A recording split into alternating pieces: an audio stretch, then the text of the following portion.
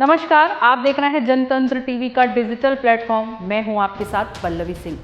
ताजमहल पर हथौड़ा चलना शुरू हो गया है। एक दो दिन के अंदर उसे पूरी तरह से जमींदोज कर दिया जाएगा।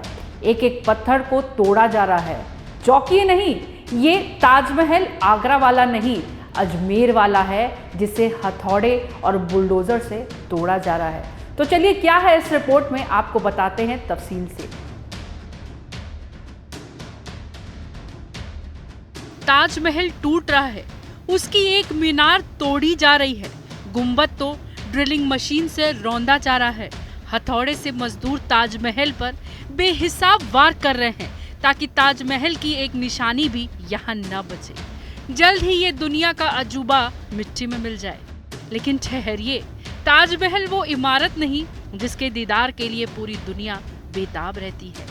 ये ताजमहल नकली है, लेकिन इस पर हथौड़े से जो चढ़ाई हो रही है वो असली है। सफेद संगमरमर से बने इस ताजमहल को हथौड़ा और बुलडोजर से तोड़ा जा रहा है। राजस्थान के अजमेर में अन्ना सागर वेटलैंड क्षेत्र में बने 7 वंडर पार्क की तोड़फोड़ की कार्रवाई तीसरे दिन भी जोर शोर से जारी है। सुप्रीम कोर्ट और नेशनल ग्रीन ट्रिब्यूनल के सख्त निर्देश के बाद शुरू हुई यह कार्रवाई अवैध निर्माण हटाने के लिए की जा रही है।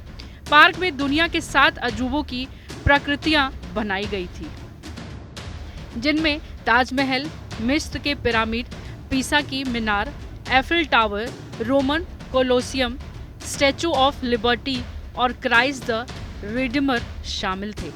अब तक 5 संरचनाओं को पूरी तरह ध्वस्त कर दिया गया है और बाकी जो भी है जल्द हटाने का प्रयास चल रहा है। कार्रवाई की शुरुआत से पहले दिन यानी 12 सितंबर को मिस्र के पिरामिड मॉडल से हुई। इसको ध्वस्त करने में करीब 7 घंटे लगे। अजमेर डेवलपमेंट अथॉरिटी ने बताया कि संरचना अवैध रूप से वेटलैंड पर बनी थी, जो पर्यावरण को नुकसान पहुंचा रही थी। दूसरे दिन एफिल टावर, कोलोसियम और स्टैचू ऑफ लिबर्टी जैसे मॉडलों को हटाया गया।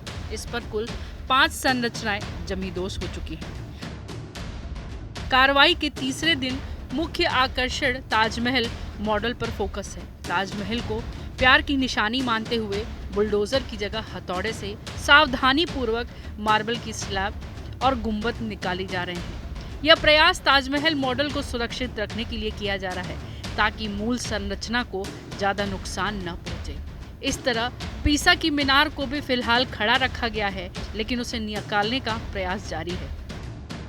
एसडीएम अधिकारियों ने पुष्टि की कि सभी मॉडल स्मार्ट सिटी प्रोजेक्ट के तहत 2022 में लगभग 12 करोड़ रुपए की लागत से बनाए गए थे, लेकिन पर्यावरण नियमों का उल्लंघन होने के कारण इन्हें हटाना पड़ रहा है। बता दें कि इस पार्क को पूर्व मुख्यमंत्री अशोक गहलोत ने 2022 में उद्घाटन किया था, लेकिन शुरू से ही कानूनी चुनौतियां झेल रहा था। सुप्रीम कोर्ट ने फरवरी 2025 में सुनवाई के दौरान अधिकारियों को फटकार लगाई थी और कहा था, आपका काम अजमेर को स्मार्ट बनाना है, लेकिन ये निर्माण पर्यावरण को नुकसान पहुंचा रहे हैं। कोर्ट ने 17 सितंबर तक पूरी सफाई का आश्वासन मांगा था, जिसके बाद यह कार्रवाई तेज हो गई। अन्ना सागर झील को वेटलैंड घोषित किया गया और यहाँ अवैध निर्माण पर्यावरण संरक्षण अधिनियम का उल्लंघन है। एनजीटी ने पहले ही आदेश दिया था कि ये संरचनाएं हटाई जाएं, क्योंकि वे जल स्रोत को प्रदूषित कर रही थी।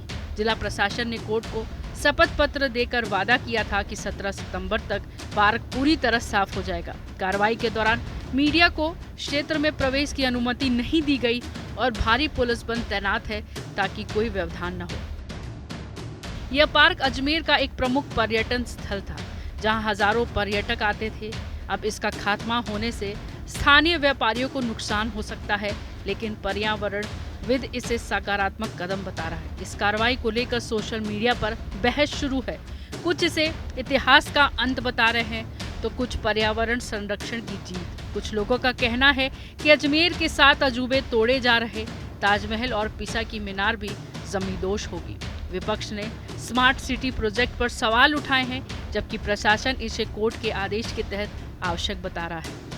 यह कार्रवाई न केवल अजमेर बल्कि राजस्थान में चर्चा का विषय बना हुआ है। पूरी सफाई 17 सितंबर तक पूरी होने की उम्मीद है। लेकिन निर्माण कार्य से इस बात का ध्यान नहीं रखा गया कि जिस जमीन पर ताजमहल को बनाया जा रहा है वो इलाका कैसा है। ये जगह आना सागर के बिल्कुल पास है, यानी वेटलैंड। यहाँ पर निर्माण पर्यावरण कानून के मुताबिक नहीं हो सकता।